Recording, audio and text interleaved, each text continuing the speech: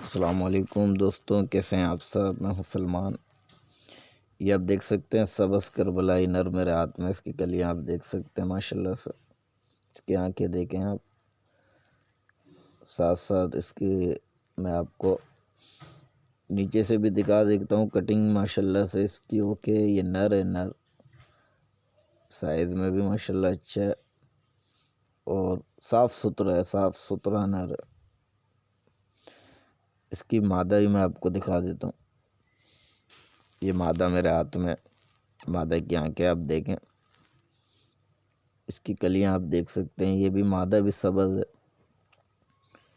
साथ साथ ये पीछे से भी दिखा देता हूँ।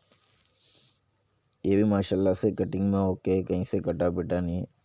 नर वी शेप में, नर यू शेप में था, मादा वी शेप में।